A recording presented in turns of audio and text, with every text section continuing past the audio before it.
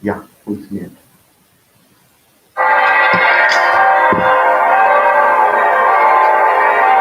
Es funktioniert Gott sei Dank. Sollen wir beginnen?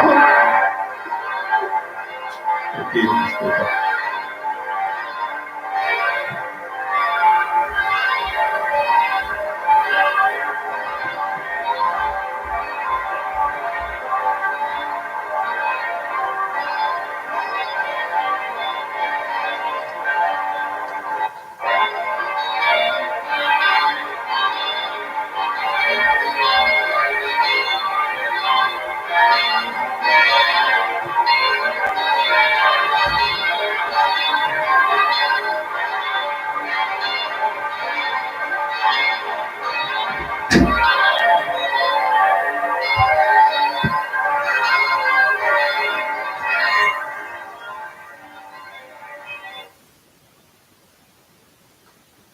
Wir beginnen mit dem Lied 281. 281.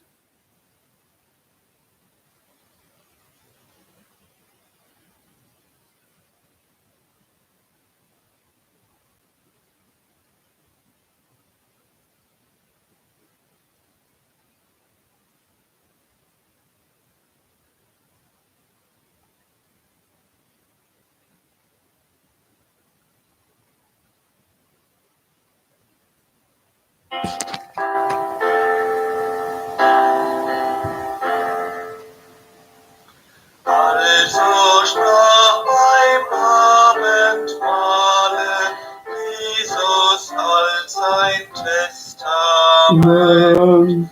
Seid geeint und liebt euch alle, lasst mich diese Welt erkennen, wie der Vater mich gesendet, eins mit mir, wie ich mit euch, gehet ihn mein Werk vollenden. Im Namen des Vaters und des Sohnes und des Heiligen Geistes. Jesus Christus, der uns seine Liebe schenkt in seinem Leib, der sei mit euch. Meine liebe Schwester und Bruder, entschuldige mich. Ja, das ist Unsicherheit, Hilflosigkeit, was ich kurz vorher. Leider, Ton war nicht da. Und zum Glück, mein lieber Techniker Sven hat mit seiner alle Begabungen geschafft, diese Ton wieder zu finden. Danke, Sven. Ja, in diesem Abend beginnt die Kartage Triduum. Er schenkt uns seine Liebe. Er hat uns heute Eucharistie gegründet. Er hat auf Priesteramt begonnen. Er hat das schönste und das stärkste Gesetz der Liebe uns gegeben. Ja, es ist nicht einfach für uns alle nachzufolgen. Der Gründonnerstag, den wir heute begehen, ist ein Tag. Leider ist nicht ein gesetzlicher Feiertag, nur kirchlich. So einige haben die Bedeutung verloren.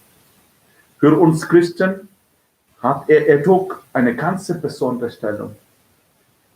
An diesem Tag feiern wir das Testament, das uns Jesus hinterlassen hat. Jesus lädt seine Jünger, uns, zur ganzen Teilhabe mit ihm selbst sein. Er verschenkt sich selbst. Er, unser lieber Jesus, gibt Brot und Wein eine neue Bedeutung, sein Leib und sein Blut. Und dass dieses liebvolle und auf Vereinigung abzielende Geschehen sich auf den gewöhnlichen Alltag widerspiegeln muss, wie zeigt er seinen Jünger gleich im Anschluss an das Mahl, wenn er ihnen die Füße wäscht. Das eine geht nicht ohne das andere. Und wir sind auch eingeladen, das nachzufolgen. In dieser Eucharistie begegnen wir diesem Jesus, der uns liebt, der nicht für uns. I'm sorry, my dear friends, because of some technical problem, I couldn't start punctually at 7 o'clock. But my technical Sven, he gave his best and gave me the tone back. Thank you, Sven. Something great from you. Yeah, today begin these holidays. Use beautiful days in our life. Today, Jesus give us his life and show and give us a new example how we should be in this world. He gives a new meaning to bread and wine, sign his holy body and his blood. And also he gives the best example of service to the human being. He knelt down and is washing the feet. Let us see this Jesus in the Eucharist and follow him. സഹോദരങ്ങളെ, ഇന്ന് അല്പം താമസിച്ചു പോയി. അറിയാവുന്നതുപോലെ ടോണില്ലാതെ പോയി ശബ്ദം. പക്ഷെ നമ്മുടെ ടെക്നിക്കർ സ്വൻ അങ്ങേര് എന്നെ സഹായിച്ചു ആ ശബ്ദം വീണ്ടെടുക്കാനായിട്ട്. ഇന്ന് ഈശോ നമുക്ക് വലിയൊരു മാതൃക തരികയാണ്. നമുക്ക് ഈശോയെ സ്വീകരിക്കാം. നമ്മുടെ മുമ്പിൽ കുമ്പിട്ട നമ്മുടെ കാലുകൾ കഴുകുന്ന ദൈവം, നമ്മൾ സമർപ്പിക്കുന്ന വീഞ്ഞിനെയും അപ്പത്തെയും സ്വന്തം ശരീരരക്തങ്ങളായി മാറ്റുന്ന ദൈവം. എത്ര വലിയ സ്നേഹമാണ്. ഈശോ പറയുന്നു, ഞാൻ നിനക്ക് ഒരു മാതൃക തരുന്നു. ഈശോയെ ഇന്ന് ഈ പരിശുദ്ധ കുർബാനയിൽ നമുക്ക് കണ്ടുമുട്ടാം. നമ്മുടെ എല്ലാ പാപങ്ങളും ഓർത്ത് അനുതപിച്ചുകൊണ്ട് നമ്മുടെ പാപങ്ങളേക്ക് പറയാം. Let us contrite ourselves and say to Lord, I'm sorry. Herr Jesus Christus, du hast dich verschenkt in Brot und Wein. Kyrie, Kyrie, eleison. Kyrie, Kyrie, eleison. Jesus Christus, du hast deinen Freunden die Füße gewaschen. Christe, Christe, eleison. Christe, Christe, eleison.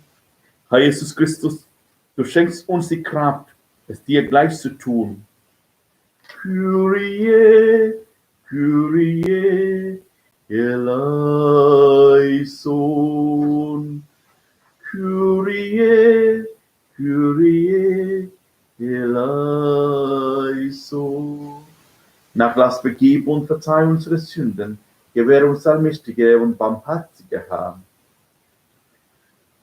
Gloria in excelsis Deo. Zum Gloria singen wir 413. 413.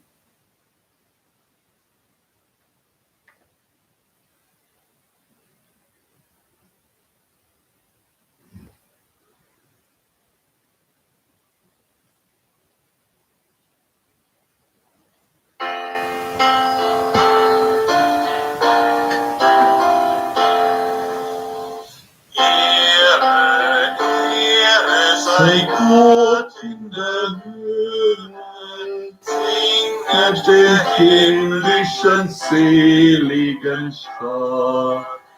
Ehre, Ehre sei Gott in der Höhe, Standen auf mir, die die Erde mich und staunend mich freut. Vater der Welten, doch stimm mich mit ein. Ehre sei Gott, Vater der Welten, doch stimm mich mit ein. Ehre sei Gott in der Höhe. Lasset uns beten. Allmächtiger, ewiger Gott, am Abend vor seinem Leiden hat dein geliebter Sohn bekehrt, dass wir aus diesem Geheimnis die Fülle des Lebens und der Liebe empfangen. Darum bitten wir durch Christus, unseren Herrn, damit und im Heiligen Geist lebt und herrscht in alle Ewigkeit.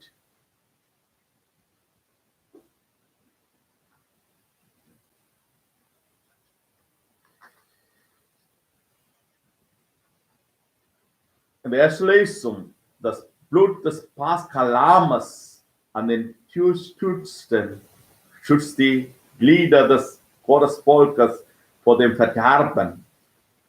Das jährliche Gedächtnis dieser Rettungstat Gottes an seinem Volk eröffnet die Hoffnung auf eine noch größere Rettung.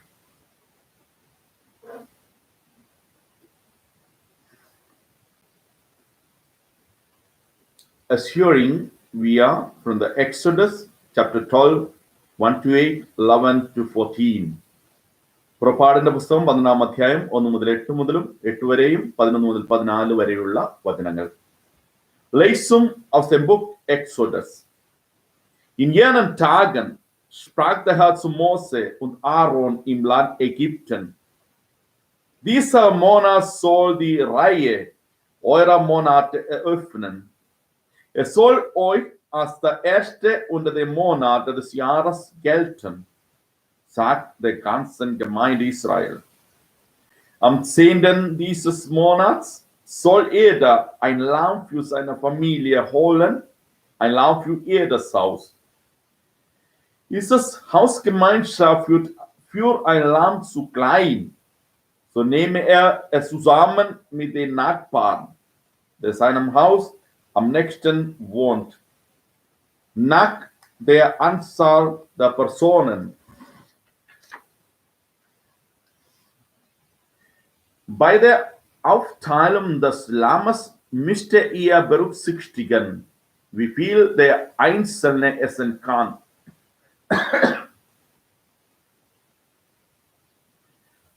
Nur ein fehlerfreies, männliches, einjähriges Lamm darf es sein. Das Junge eines Schafes oder einer Ziege müsst ihr nehmen. Ihr solltet es bis zum 14. Tag dieses Monats aufbewahren. In der Abenddämmerung soll die ganze versammelte Gemeinde Israel es schlachten. Man nehme etwas von dem Blut und bestreiche damit die beiden Türposten und den Türsturz an den Häusern, in denen man es essen will. Noch in der gleichen Nacht soll man das Fleisch essen. Über dem Feuer gebraten und zusammen mit ungesäuertem Brot und Bitterkräutern soll man es essen. So aber sollt ihr essen, eure Hüften gegürtet, Schuhe an euren Füßen und euren Stab in eurer Hand. Es ist das hastig. Es ist ein Pascha für den Herrn, das heißt der Vorübergang des Herrn. In dieser Nacht gehe ich durch das Land Ägypten und erschlage im Land Ägypten jede erste Geburt bei Mensch und Vieh. Über alle Gürtel Ägyptens halte ich Gericht, ich der Herr. Das Blut an den Häusern, in denen ihr wohnt, soll für euch ein Zeichen sein. Wenn ich das Blut sehe, werde ich an euch vorübergehen, und das vernichtende Unheil wird euch nicht treffen, wenn ich das Land Ägypten schlage. Diesen Tag sollt ihr als Gedenktag begehen, feiert ihn als Fest für den Herrn. Für eure kommende Generationen wird es eine ewige Satzung sein, das Fest zu feiern. Wort des lebendigen Gottes. Dank sei Gott.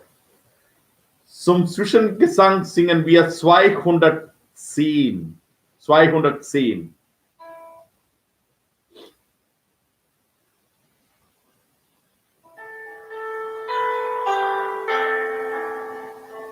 Das Weizenkorn muss sterben, sonst bleibt es ja allein.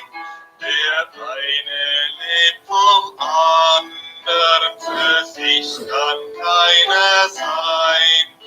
Geheimnis des Glaubens im Tod ist das Leben. So gab der Herr sein Leben, verschenkte sich wie Brot. Wer dieses Brot genommen, verkündet seinen Tod. Geheimnis des Glaubens im Tod. We are hearing from 1 Corinthians letter, chapter 11, 23 to 26. കൊരിന്ത്യർക്ക് എഴുതിയ ഒന്നാം ലേഖനം 11-ാം അധ്യായം 23 മുതൽ 26 വരെയുള്ള തിരുവചനങ്ങൾ. In seinem ersten Brief an die Gemeinde in Korinth überliefert uns der Apostel Paulus den ältesten Bericht über die Einsetzung der Eucharistie. In der Einsetzung dieser Mysterien fühlt Jesus die großen Vorbild und Verheißung des alten Bundes. Lesung aus dem ersten Brief des Apostel Paulus an die Gemeinde in Korinth. Liebe Schwestern und Brüder, ich habe von Herrn empfangen, was ich euch dann überliefert habe.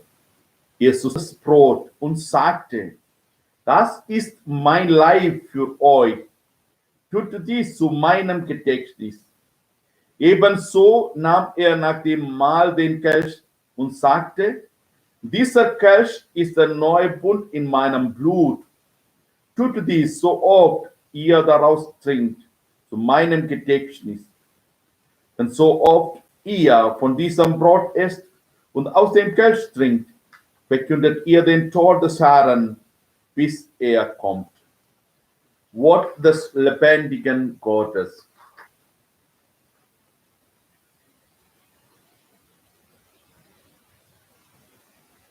Herr Jesus, dir sei Ruhm und Ehre. Herr Jesus, dir sei Ruhm und Ehre. So spricht der Herr. Ein neues Gebot gebe ich euch. Wie ich euch geliebt habe, so sollt auch ihr einander lieben. Herr Jesus, dir sei Ruhm und Ehre. Der Herr sei mit euch. Aus dem heiligen Evangelium nach Johannes. Now we are hearing the Gospel according to John, chapter 13, 1 to 15. വിശുദ്ധ യോഹന്നാൻ എഴുതിയ സുവിശേഷം 13-ാം അധ്യായം 1 മുതൽ 15 വരെയുള്ള തിരുവചനങ്ങൾ. Es war vor dem Paschafest. Jesus wusste, dass seine Stunde gekommen war, um auf dieser Welt zum Vater hinüberzugehen. Da er die Seinen liebte, die in der Welt waren, liebte er bis zum Vollendung. Es fand ein Mahl statt. Und der Teufel hatte Judas, dem Sohn des Simon Iskariot, schon ins Haus gegeben, ihn auszuliefern. Jesus, der wusste, dass ihm der Vater alles in die Hand gegeben hatte und dass er von Gott gekommen war und zu Gott zurückkehrte, stand vom Mahl auf, legte sein Gewand ab und umgürtete sich und mit dem Leinentuch abzutrocknen, mit dem er umgekürtet war. Als er zu Simon Petrus kam, sagte dieser zu ihm: Du Herr, willst du mir die Füße waschen? Jesus sagte zu ihm: Was ich tue, verstehst du jetzt noch nicht, doch später wirst du es begreifen. Petrus entgegnete ihm: Niemals sollst du mir die Füße waschen. Jesus erwiderte ihm: Wenn ich dich nicht wasche, hast du keinen Anteil an mir. Da sagte Petrus zu ihm: Herr, dann nicht nur meine Füße, sondern auch die Hände und das Haupt. Jesus sagte zu ihm: Wer vom Bad kommt, ist ganz rein und braucht sich nur noch die Füße zu waschen. Auch ihr seid rein, aber nicht alle. Er wüsste nämlich, wer ihn aufliefern würde. Darum sagte er: Ihr seid nicht alle rein. Als er ihnen die Füße gewaschen, sein Gewand wieder angelegt und Platz genommen hatte, sagte er zu ihnen: Begreift ihr, was ich an euch getan habe? Ihr sagtet zu mir: Meister und Herr, und ihr nanntet mich mit Recht so, denn ich bin es. Wenn nun ich, der Herr und Meister, euch die Füße gewaschen habe, dann müsst auch ihr einander die Füße waschen. Ich habe euch ein Beispiel gegeben, damit auch ihr so handelt, wie ich an euch gehandelt habe. Evangelium unseres Herrn Jesus Christus.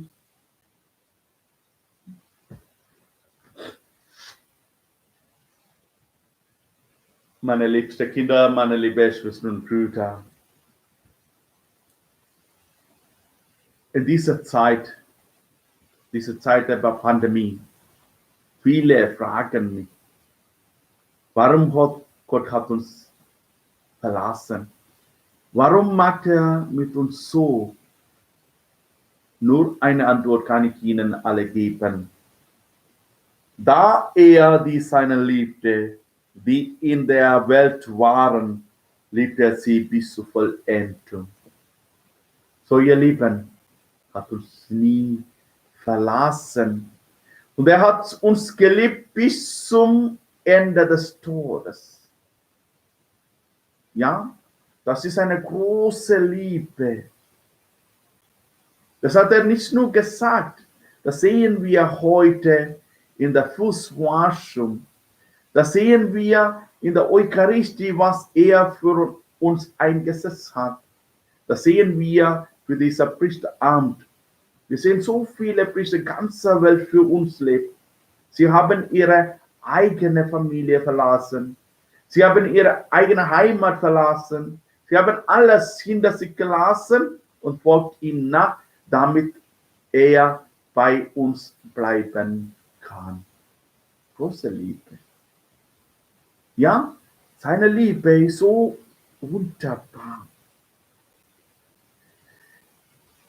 Und interessanterweise, er lässt niemand allein. Seine Liebe ist begrenzlos, ohne Grenze. Schau mal, Fußwaschen selbst. Er hat gewusst, einer von diesen 12 Personen, denen ich die Füße wasche, werde mich einfach verleugnen. Zweite verraten, anderen rennen weg von mir. Ja, wissen wir schon von Judas, hat ihn verraten mit einem Kuss. Schönste Zeichen der Liebe, sagen wir schon. Aber mit diesem Kuss hat er ihn verraten. Petrus hat gesagt vorher, mein Lieber, ich verlasse dich nie. Ich gebe mein Leben. Aber Jesus hat gewusst, er verleugnet auch, hat er auch gesagt. Aber er war nie traurig. Er hat nie etwas anderes gezeigt zu dieser Person als anderen. Er hat die Füße gewaschen von allen. Petrus hat gesagt, nein, du sollst das nicht machen. Aber Jesus hat gesagt, nein, ich soll das machen, damit du Anteil mit mir haben. Das ist seine Liebe. Wir denken, Gott liebt mich nie. Er bestraft mich. Viele denken, Corona ist eine Strafe Gottes. Nein, ihr Lieben, es ist nicht Strafe Gottes. Das ist unser Versagen. Was wir zum Natur gegeben, da kommt zurück zu uns. Nicht Gottes Strafe. Und er hat uns geliebt bis zum Tod am Kreuz. Das feiern wir morgen. So, er hat nie Judas oder Petrus oder die anderen Jünger, die ihn verlassen und weggegangen sind. Nein, hat alle in seinem Liebe angenommen. Und Judas hat getagt, Geld, Macht sind das Stärkste. Das wissen wir schon. Für ein paar silberne Stücke hat er ihm verraten. Aber Petrus hat etwas anderes verstanden. Er hat verleugnet. Aber er hat gesagt, nein. Wir hören später, morgen hören wir, er ist bitterlich geweint, bereut über seine Taten. Das ist das, was Gott von uns verlangt. Vielleicht haben wir ihn verlassen in dieser letzten Zeit. Wir haben keine Zeit mehr, zusammen zu beten. Wir hatten keine Zeit, Kirche zu besuchen oder mit anderen zu beten oder Gottesdienst zu besuchen. Wir haben keine Zeit, ein Stück von Bibel zu lesen. Wir haben keine Zeit, mit meiner Familie, mit meinen Kindern zu essen. Ich habe keine Zeit, mit meinen Kindern zu spielen. Ich habe keine Zeit, mit meinem Partner oder Partner zu sprechen. Keine Zeit, keine Zeit, keine Zeit. Aber jetzt haben wir Zeit. Wir haben Zeit für alles. Aber es ist alles vorbei. So, ihr Lieben, wir haben eine Chance bekommen, nochmal auf unser Leben zu denken. Wer bin ich? Jesus sagt zum Schluss, ich gebe ein Beispiel. Ihr sollt einander so handeln, wie ich gehandelt habe. Jetzt hat er gezeigt, am Fußwaschen. Bei seinem Geburt wissen wir schon, die Weisen von Morgenland gekommen und dann Hirten sind gekommen und vor ihm gekniet und gebetet. Heute er kniet vor uns und sagt, ihr solltet mit mir Anteil haben. Ihr solltet mein Leib, mein Blut annehmen. Erst zeigt er, was zu tun. Und dann fragt uns, kannst du das mitmachen? Eine große Einladung, ihr Lieben. Wir haben alles in unsere Hände, wenn Gott mit mir ist. Versuchen wir in diesem Tag, wie Petrus, nicht wie anderen. Wie Petrus zurück zu Jesus kommen und sagt, du weißt, ich liebe dich. Ja, Gott, ich liebe dich. Du kennst mich. Wenn ich das sagen kann, ehrlich, du kennst mich, mein Gott, da beginnt mein neues Leben. An diesem Gründonnerstag, wenn Jesus sich selbst, sein Leib und sein Blut uns schenkt, geben wir uns auch in seine Hände und sagt, ich liebe dich. Und Gott liebt mich, wie wir gehört haben, da er die seine Liebe liebte, die in der Welt waren, liebt er sie bis zur Vollendung. Das ist Gottes Liebe, bis zur Vollendung, nicht partiell, nicht ein Stück, ein kleines Stück, nein, bis zur Vollendung, bis zum Ende meines Lebens. Er liebt mich mit ihm mein Leben zu halten. Amen. My dear friends, today Jesus is with me. He loved his own who were in this world till the end of his life on the cross. He instituted the Holy Sacrament today. Eucharist was we are celebrating every day. And also he instituted the priesthood and gave the wonderful commandment of love. Love one another as I love you. Great. And many are saying to me these days, why God is giving such punishment? Why he is not curing us from this? Why he is not helping us from this epidemic? This pandemic, coronavirus, COVID-19. Why?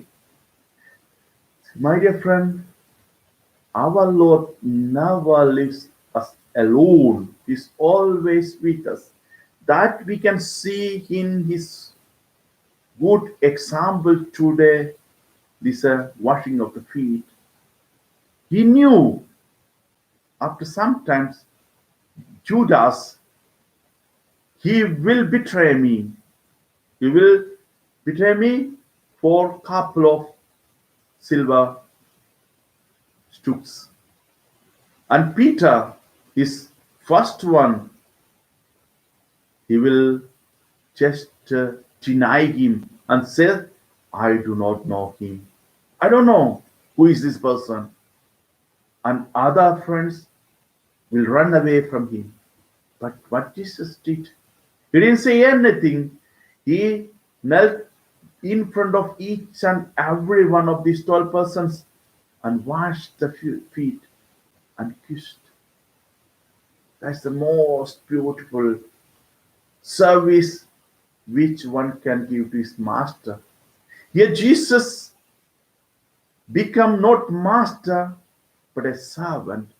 We know when he was born, the wise people from south, they came, also shepherd. They knelt before him and gave their presents, their life presents. Now Jesus is kneeling in front of his disciples and washing the feet. And he told, do what I did for you. First he did, then he tell us. And all are saying, God is demanding much from me. Why he is demanding? He never demanded anything from us. He only told, as we heard in the gospel, he loved us till the end of the world, till the end. Yeah, he is loving us. Only then he is asking something. So, my dear friends, this is a chance for us. Till now, we don't have any time to pray together. We didn't have time to play with my children. We didn't have time to go to the church and pray. We didn't have time to thank the Lord. Now, we have a time. We cannot go anywhere. We have to be in our. We want to go to the church, but sorry, we are not allowed. So, think just like Peter. Judas, he thought wealth, money, and power. Wealth and power, that is the most greatest thing. Nothing couldn't help anything. Against coronavirus, we have got everything, but we are helpless. Just like also at the end, what Judas did, he hanged himself. But Peter, he denied, but he was so sorry and he cried bitterly. We hear him or we see him later. So it is a good chance for us to come back to Jesus and tell, Lord, you know I love you. This night, if I am able to tell him, Jesus, I love you, and you know me who I am, then he's there for you. And he won't leave you anywhere. He won't you, he won't leave you alone. He is with you and he loves you because he promised. And that we have heard today. He loved his till the end. ആമേൻ. പ്രിയ സഹോദരങ്ങളെ, ഇന്ന് ഈശോ നമ്മുടെ മുമ്പില് പരിശുദ്ധ കുർബാനയില് ആഗതനായിരിക്കുകയാണ്. നമ്മൾ വായിച്ചു കേട്ടു, തനിക്ക് സ്വന്തമായുള്ളവരെ അവൻ സ്നേഹിച്ചു, അവസാന നിമിഷം വരെ സ്നേഹിച്ചു. സുവിശേഷത്തിലെ ആദ്യ വാക്യമാണ് അവസാനം, അതായത് കുരിശു മരണം വരെ നമ്മെ സ്നേഹിച്ച ഈശോ. ഈശോയുടെ ജനനത്തിൽ നമുക്കറിയാം, ഈശോ കാലിത്തൊഴുത്തിൽ പിറന്നപ്പോഴ് പൂജരാജാക്കന്മാരും ആട്ടിടയന്മാരും വന്ന് ഈശോയുടെ മുമ്പിൽ മുട്ടുകുത്തി അവരുടേതായ സ്വന്തം സമ്മാനങ്ങൾ, അവരുടെ ജീവിതം തന്നെ സമർപ്പിച്ചു. ഇന്ന് ഈശോ നേരെ തിരിച്ചവരോട് ചെയ്യുകയാണ്. തന്റെ ശിഷ്യന്മാരുടെ മുമ്പിൽ മുട്ടുകുത്തി നിന്ന് അവരുടെ പാദങ്ങൾ കഴുകി തുടച്ച് അവ ചുംബിച്ചുകൊണ്ട് അവർക്കൊരു വലിയ മാതൃക തരികയാണ് നമുക്ക്. എന്നിട്ട് ഈശോ പറഞ്ഞു, ഞാൻ ചെയ്തതുപോലെ തന്നെ നിങ്ങളും ചെയ്യുക. ഈശോയ്ക്ക് അറിയാമായിരുന്നു, പക്ഷെ ഈശോയുടെ സ്നേഹം നമ്മൾ ഉദ്ദേശിക്കുന്ന പോലെ ഈ ദിവസങ്ങളിലൊക്കെ നമ്മളോട് പറയും, എന്തുകൊണ്ട് തമ്പുരാൻ നമ്മളോട് ഇങ്ങനെ കാണിക്കുന്നത്, എന്തുകൊണ്ടാണ് ഇതുപോലെ നമ്മളെല്ലാവരും ഈ കൊറോണ ലോകത്തെല്ലായിടത്തും എന്തുകൊണ്ട്? നമുക്കൊരു ഉത്തരവില്ല, ഉത്തരം കിട്ടേയില്ല. ദൈവത്തിന്റെ ശിക്ഷയല്ല, മറിച്ച് നമ്മുടെ പ്രവർത്തനങ്ങളുടെ ഫലമാണ്. പക്ഷെ ദൈവത്തിന്റെ സ്നേഹം, ഈശോയുടെ സ്നേഹം ഒത്തിരി വ്യത്യാസമുണ്ട്. ഇന്ന് തന്നെ കാല് കഴുകുമ്പോൾ ഈശോയ്ക്ക് അറിയാം, കുറച്ചു കഴിയുമ്പോൾ യൂദാസ് ചുംബനത്താൽ എന്നെ ഒറ്റിക്കൊടുക്കും. യൂറോപ്യൻ രാജ്യങ്ങളിലും ചുംബനമാണ് ഏറ്റവും വലിയ സ്നേഹത്തിന്റെ ഏറ്റവും വലിയ പ്രകടനങ്ങളിൽ ഒന്നാണ്. നിങ്ങൾ കണ്ടിട്ടുണ്ട്, നിങ്ങൾക്കറിയാം. ഈശോയ്ക്കറിയാം യൂദാസ് എന്നെ ഒറ്റിക്കൊടുക്കും, പത്രോസ് എന്നെ തള്ളിക്കളയും, മറ്റു ശിഷ്യന്മാരിൽ നിന്ന് ഓടിയൊളിക്കും. പക്ഷേ ഇതൊന്നും ഈശോയെ തന്റെ പ്രവർത്തനങ്ങളിൽ നിന്നും പിന്തിരിപ്പിക്കുന്നില്ല. എല്ലാവരുടെ മുമ്പിൽ മുട്ടുകുത്തി നിന്നുകൊണ്ട് അവരുടെ കാലുകൾ കഴുകി തുടച്ച് ചുംബിക്കുകയാണ്. അതാണ് ദൈവസ്നേഹം. ആരെയും മാറ്റി നിർത്തുന്നില്ല.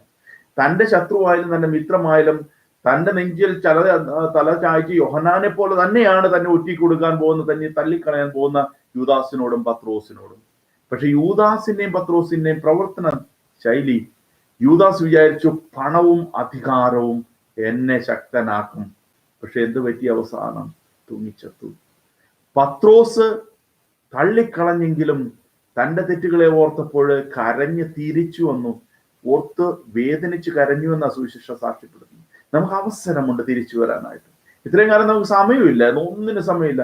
വീട്ടിൽ പ്രാർത്ഥിക്കുമ്പോൾ സമയമില്ല, പിള്ളേരോടൊപ്പം കളിക്കാൻ സമയമില്ല, അവരോട് വർത്തമാനം പറയാൻ സമയമില്ല, അവർക്ക് വേണ്ടി എന്തെങ്കിലും ചെയ്യാൻ ഒന്നിനും. പക്ഷെ ഇപ്പൊ നമുക്ക് എല്ലാത്തിനും സമയമുണ്ട്. അപ്പോൾ ഒരു അവസരം തമ്പുരാൻ തന്നിരിക്കുകയാണ്. തമ്പുരാനെ അറിയാനും സ്വയം അറിയുവാനും തിരിച്ചു വരാൻ തയ്യാറാണെങ്കിൽ പത്രോസിനെ പോലെ നമുക്ക് പറയാം, കർത്താവേ നിനക്കറിയാലോ ഞാൻ നിന്നെ സ്നേഹിക്കുന്നു. ആ സ്നേഹം തിരിച്ചു കൊടുക്കാൻ ശ്രമിക്കുക, ആ വാക്കുകൾ ഉപയോഗിക്കുക. തമ്പുരാൻ നമ്മളെ സഹായിക്കും. ഈശോ പറയുന്നത്, ഞാൻ നിനക്കൊരു മാതൃക തരുന്നു. വെറുതെ വിളിച്ചു പറയില്ല. ആദ്യം നിന്റെ മുമ്പിൽ മുട്ടുകുത്തി നിന്റെ കാലുകൾ കഴുകി തുടച്ചതിന് ശേഷമാണ് എന്നോട് പറയുന്നത്, ഞാൻ ചെയ്തതുപോലെ മറ്റുള്ളവർക്കായി ചെയ്യുക. മുറിക്കപ്പെടുന്ന അപ്പവും ഉയർപ്പെടുന്ന കാസയോടുമൊപ്പം നമ്മെയും സമർപ്പിക്കാം. തമ്പുരാനെ, എന്നെയും നിന്റെ സ്വന്തമായി മാറ്റണമേ എന്ന് കൃപയ്ക്കായി പ്രാർത്ഥിച്ചുകൊണ്ട് നമുക്ക് വിശ്വാസ പ്രമാണം ചൊല്ലാം.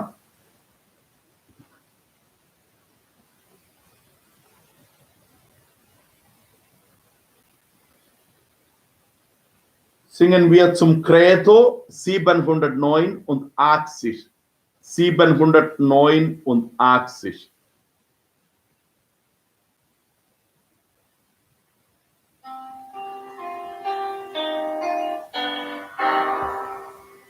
Wir glauben Gott, dem höchsten Thron. Wir glauben Christum, Gottes Sohn, aus Gott geboren vor der Zeit, allmächtig, allgebendet.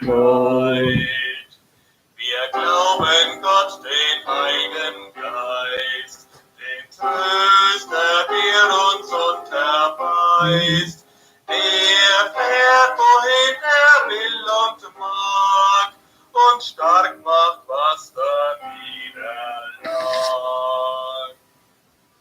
Now let's bring all our personal intentions to Jesus and pray for the whole world. Pray for our dear ones especially those who are affected with corona. നമുക്കിപ്പോൾ നമ്മുടെ എല്ലാ ആവശ്യങ്ങളെയും ആഗ്രഹങ്ങളെയും തമ്പുരാന് സമർപ്പിക്കാം. നമ്മുടെ എല്ലാ പ്രിയപ്പെട്ടവരെയും, പ്രത്യേക കൊറോണയുടെ ഭയത്തിൽ കഴിയുന്നവരെയും, കൊറോണ മൂലം ഈ ലോകത്ത് നിന്ന് പിരിഞ്ഞുപോയവരെയും അവരുടെ കുടുംബാംഗങ്ങളെ എല്ലാവരെയും ഓർപ്പിച്ച് നമുക്ക് സമർപ്പിക്കാം. Vater im Himmel, weil wir wissen, dass du immer bei uns bist, wenn auch für unsere Augen verborgen, bitten wir dich für uns und unsere Welt. Nehmt und esset, das ist mein Leib. Nehmt und trinkt, das ist mein Blut. Im Brot und Wein schenkst Jesus sich uns. So bitten wir um Segen für unsere Tischgemeinschaften in unseren Familien und denken besonders auf an jene, die heute allein und einsam sind. Gott, unser Vater, wir bitten dich, erhöre uns. Da es die Seinen liebte, die in der Welt waren, liebte er sie bis zum Vollendung. In Zeiten wie dieser ist es schwer, den Glauben als Gemeinschaft zu leben. So bitten wir dich, schenke uns eine tiefe innere Verbundenheit durch das Gebet und lass uns Trost und Gemeinschaft erfahren. Gott, unser Vater, wir bitten dich, erhöre uns. Ich habe euch ein Beispiel gegeben, damit auch ihr so handelt. Wenn ich euch die Füße gewaschen habe, dann müsst ihr auch ihr einander. In der Fußwaschung hast du uns ein Zeichen des geschwisterlichen Dienens gegeben. So bitten wir dich, schenke uns die Kraft, im Sinne Jesu einander zu unterstützen und füreinander da zu sein. Gott, unser Vater, wir bitten dich, erhöre uns. So oft ihr von diesem Brot esst und aus dem Kelch trinkt, verkündet ihr den Tod des Herrn, bis er kommt. Seit der Covid-19-Pandemie ist vieles nichts mehr wie vorher. So bitten wir dich, sei den Erkrankten nahe, den Sterbenden zeige deine Herrlichkeit, den Trauernden sende Menschen, die sie in ihrem Schmerz begleiten und trösten. Gib den Verstorbenen deine ewige Ruhe. Gott, unser Vater, wir bitten dich, erhöre uns. Darum, gütiger Vater, und um alle die Bitten, die wir in unserem Herzen tragen, bitten wir durch Christus, unseren Bruder und Herrn. Amen. Zur Gabenbereitung singen wir 282. 282.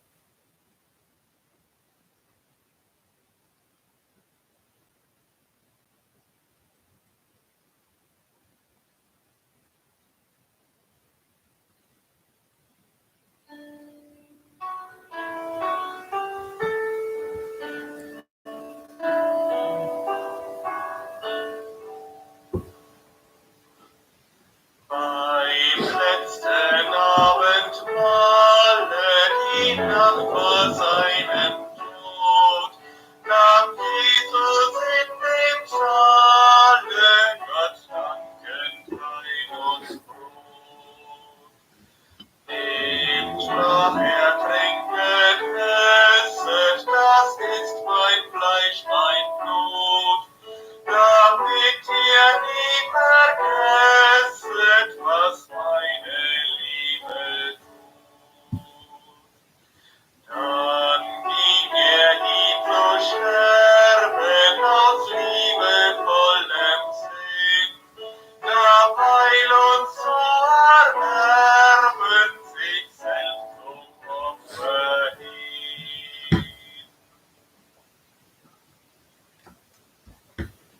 Lasset uns beten. Hab unser Gut, gib, dass wir das Geheimnis des Altares ehrfürchtig feiern, denn so oft wir die Gedächtnisfeier dieses Opfers begehen, vollzieht sich an uns das Werk der Erlösung. Darum bitten wir durch Christus, unseren Herrn. Der Herr sei mit euch. Erhebe die Herzen. Lasset uns danken dem Herrn, unserem Gott.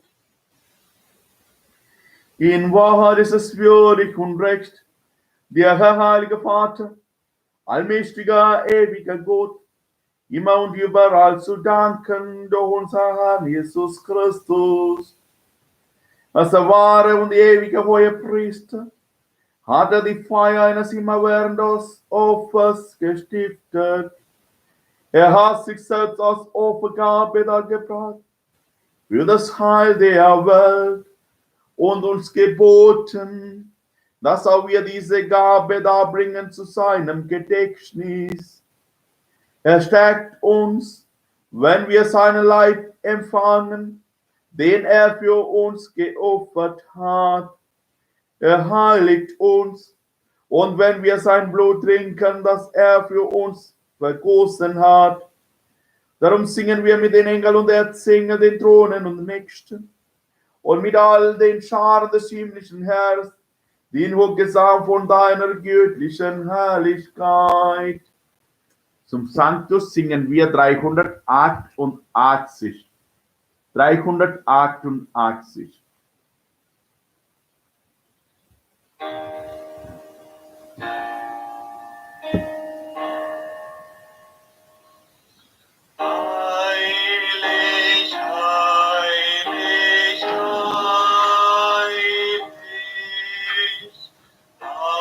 Heilig ist der Herr. Heilig, heilig, heilig. Heilig ist der Herr. Der ihm begonnen, der ihm erkannt, ewig ist und haltet, seit wird immer da. Ja, du bist heilig, großer Gott, und alle deine Werke verkünden dein Lob. Denn durch deinen Sohn, unseren Herrn Jesus Christus, und in der Kraft des Heiligen Geistes erfüllst du die ganze Schöpfung mit Leben und Gnade. Bis ans Ende der Zeiten versammelst du dir ein Volk, damit deinen Namen das reine Opfer dargebracht werde, vom Aufgang der Sonne bis zum Untergang. Darum kommen wir vor dein Angesicht und feiern in Gemeinschaft mit der ganzen Kirche den Tag, an dem unser Herr Jesus Christus sich für uns hingegeben hat. Durch ihn, unseren Erlöser und Heiland, den du verherrlicht hast, bitten wir dich. Heilige unsere Gaben durch deinen Geist, damit sie uns werde, Leib und Blut deines Sohnes, unseres Herrn Jesus Christus, der uns aufgetragen hat, dieses Geheimnis zu feiern. Denn in der Nacht, da er verraten wurde, das ist heute, nahm er das Brot und sagte dann, brach es, reichte es seinen Jüngern und sprach, nehmet und esset alle davon, das ist mein Leib, der für euch hingegeben wird.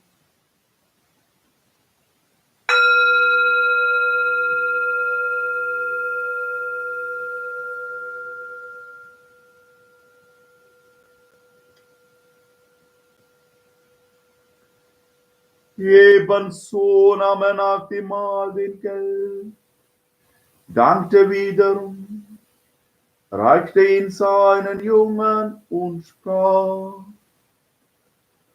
Nehmet und trinket alle daraus. Das ist der Kelch des neuen und ewigen Bundes, mein Blut, das für euch und für alle vergossen wird, zur Vergebung der Sünden.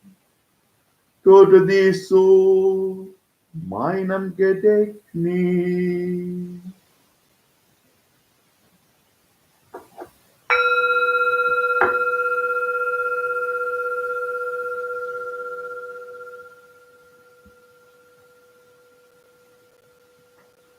Geheimnis des Glaubens.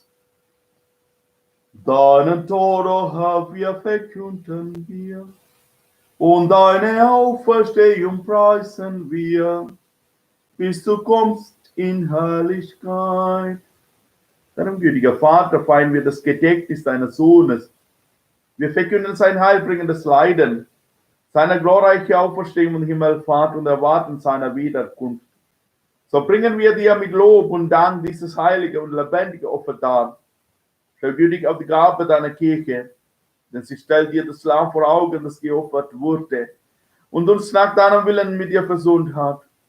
Stärke uns durch den Leib und das Blut deines Sohnes und erfülle uns mit seinem Heiligen Geist, damit wir ein Leib und ein Geist werden in Christus. Er mache uns auf immer zu einer Gabe, die dir gefällt, damit wir das verheißene Erbe erlangen, mit einer Auserwählten, mit der seligen Jungfrau und Gottesmutter Maria, mit dem heiligen Josef, mit den Apostel Märtyrern und mit allen Heiligen, auf deren Fürsprache wir vertrauen. Barmherziger Gott, wir erbitten dich, dieses Opfer unserer Versöhnung bringe der ganzen Welt Frieden und Heil. Beschütze deine Kirche auf ihrem Weg durch die Zeit und stärke sie im Glauben und in der Liebe.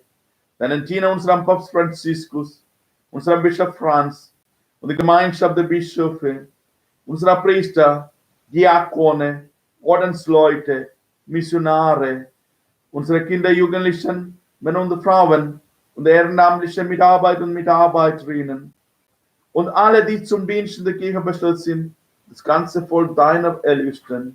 Ich höre, gütiger Vater, die Gebete der hier versammelten Gemeinde und führe zu dir auf alle deine Kinder, die noch fern sind von dir. Erbarme dich alle unsere verstorbenen Brüder und Schwestern und alle, die in deiner Gnade aus dieser Welt geschieden sind. Nimm sie auf in deiner Herrlichkeit und mit ihnen lass auf uns, wie du verheißen hast, und Tische sitzen in deinem Reich. Darum bitten wir dich, unseren Herrn Jesus Christus, denn durch ihn schenkst du der Welt alle guten Gaben. Durch ihn und mit ihm und in ihm ist dir Gott allmächtiger Vater, in der Einheit des Heiligen Geistes, alle Herrlichkeit und Ehre, jetzt und in Ewigkeit.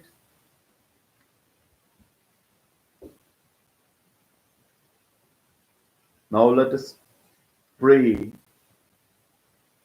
the beautiful Gebet that Jesus taught us, our Father.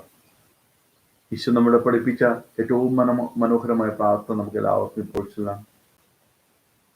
Lasst uns beten, wie unser Herr Jesus Christus uns gelehrt hat. Vater unser am Himmel, geheiligt werde dein Name, dein Reich komme, dein Wille geschehe, wie im Himmel so auf Erden. Unser tägliches Brot gib uns heute und vergib uns unsere Schuld, wie auch wir vergeben unseren Schuldigen. Und führe uns nicht in Versuchung, sondern erlöse uns von den Bösen. Erlöse uns, Herr allmächtiger Vater, von allem Bösen und gib Frieden in unseren Tagen. Komm uns zu Hilfe mit deinem Erbarmen und bewahre uns vor Verwirrung und Sünde, damit wir voll Zuversicht das Kommen unseres Erlösers Jesus Christus erwarten. Denn dein ist das Reich und die Kraft und die Herrlichkeit in Ewigkeit. Amen. Herr Jesus Christus, du bist unser Friede, du bist unsere Versöhnung. Deshalb bitten wir, schau nicht auf unsere Sünden, sondern auf den Glauben an deine Kirche und schenke uns nach deinem Willen Einheit und Frieden. Der Friede des Herrn sei alle Zeiten mit euch. Wir schenken einander ein Zeichen des Friedens. Zum Abhang in Würde bitte.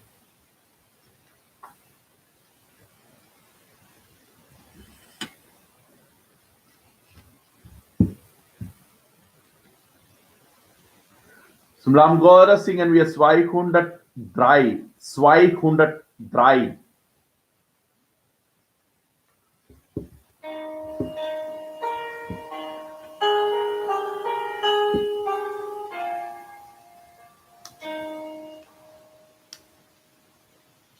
O Lamm Gottes und schuldig am Stamm des Kreuzes geschlachtet, allzeit erfunden geduldig, wiewohl du warest verachtet, als Sünders du betragen, gib deinen Frieden, o Jesus.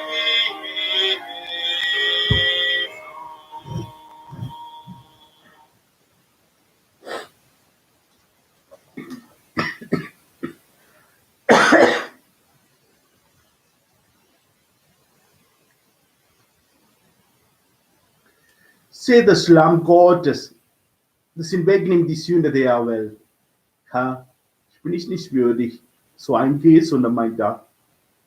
Aber sprich nur ein Wort, so wird meine Seele gesund. Das ist mein Leib, der für euch hingegeben wird. Dieser Kelch ist der neue Bund in meinem Blut. So oft ihr dieses Brot esst und dieses Kelch trinkt, tut es zum Gedenken an mich. So spricht der Herr.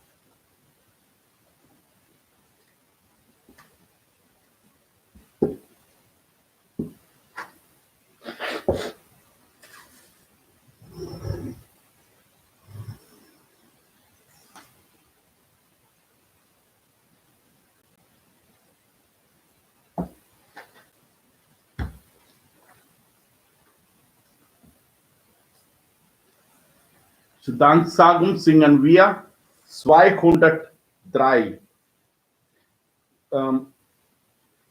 Danksagung 495. 495.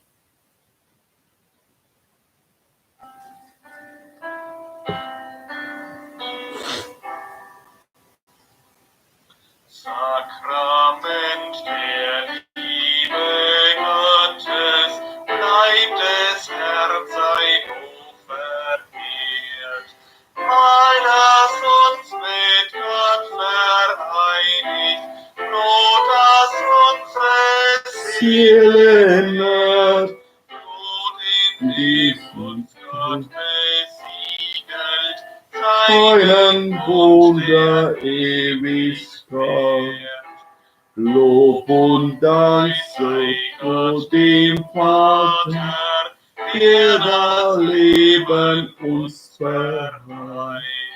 Seiner Wort dem ewigen Sohne, der im Himmelsbrot uns speist, auf dem Boden höchster Liebe, sei gelobt der Heilige Geist. Amen.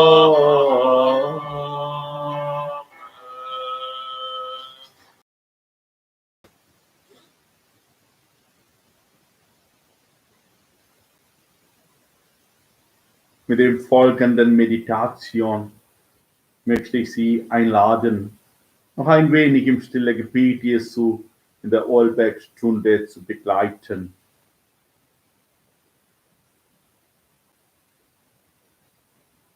In jener Nacht, als man dich verriet, als man dich den Mächtigen preisgab, den Mächten der Angst und Verlassenheit, gabst du dich hin in Brot und Wein. Ließest du dir Angst und Verlassenheit und Ohnmacht gefallen, hilfst du aus in der Dunkelheit. Seit Nacht, Herr, bist du bei uns, wenn wir Brot und Wein miteinander teilen, bist du bei uns als einer, der Angst und Verlassenheit und Ohnmacht kennt, als einer, der mit uns die Dunkelheiten teilt. Weil du da bist, Herr, können wir unsere Nacht und Ohnmacht annehmen und beginnen wir sie zu tragen. Herr, bleibe bei uns am Abend dieses Tages, am Abend unseres Lebens, am Abend der Welt. Amen. Sie können auch für Ihre stille Gebete von Gotteslob 675, Nummer 368 auf.